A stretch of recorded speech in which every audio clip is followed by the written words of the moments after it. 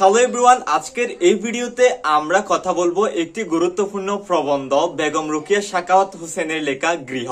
আজকে আমরা এই গৃহ প্রবন্ধ নিয়ে কথা বলবো। আমরা অনেকেই এটা নিয়ে জানি না।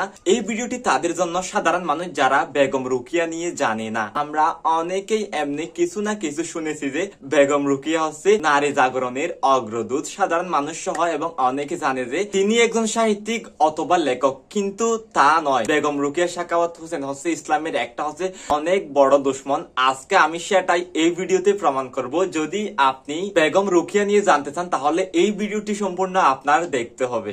ইসলাম কিন্তু ততটাই কঠোর নয় যে বেগম রোকেয়া গৃহ প্রবন্ধে যেভাবে তিনি উপস্থাপন করেছেন, লিখেছেন, তুলে ধরেছেন, ইসলাম কিন্তু ততটা কঠিন নয়। তিনি সেখানে তুলে ধরেছেন যে সেকালে নারীরা নাকি গৃহবন্দী ছিল, তারা বাড়ি থেকে এমনকি বের হতো না, সূর্যের আলো দেখতে পেত না। এমনকি তিনি সেখানে আরো অনেক কঠোর ভাবে উপস্থাপন করেছেন। আমি দাফে দাফে বলছি।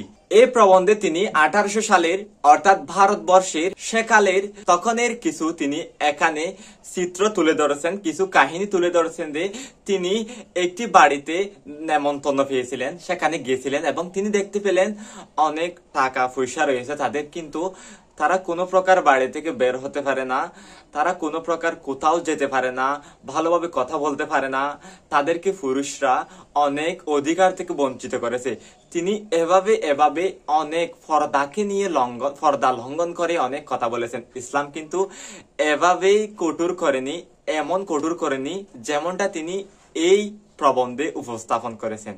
সেকালে বেগম রোকেয়াকে একটি রাজবাড়িতে নেমন্তন্ন করা হয়েছিল। সেখানে তিনি গিয়ে দেখতে পেলেন বাড়িঘর চাকচিক্যে ভরা, কিন্তু সেই পরিবারের নারীদের মুখে দেখতে পেলেন, সেই পরিবারের রানীদের মুখে দেখতে পেলেন অনেক কষ্টের চাহনি এবং অনেক কষ্টে তাদের দিন যাচ্ছে, অথচ তাদের ধন সম্পদ প্রাচুর্যে ভরা। কিন্তু তিনি সেই কাহিনীটি তিনি পুরোপুরি ইসলামের বিপরীতে উপস্থাপন করেছেন এই প্রবন্ধে। এছাড়া আরো একটি নেমন্তন্নে তিনি গিয়েছেন, সেখানে দেখতে পেলেন তার স্বামী মারা গেছেন এবং স্বামীর ছিল অনেক ধন সম্পদ এবং অনেক প্রাচুর্য, কিন্তু তিনি রয়েছেন অনেক কষ্টে, যেখানে তাকে কোনো প্রকার সম্পদ দেওয়া হয়নি, কোনো প্রকার কিছুই দেওয়া হয়নি।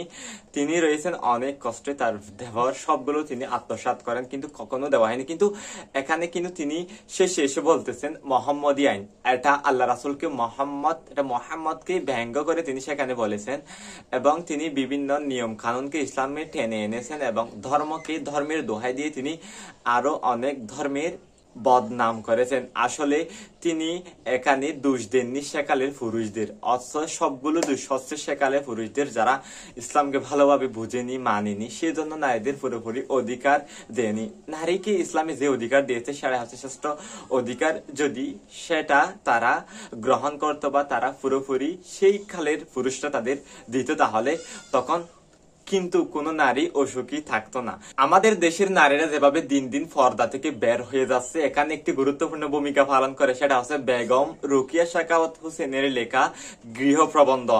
যে এই গৃহ প্রবন্ধটি পড়বে তিনি কিন্তু ঠিক সেভাবে বেগম রোকেয়ার মতো হয়ে যাবে।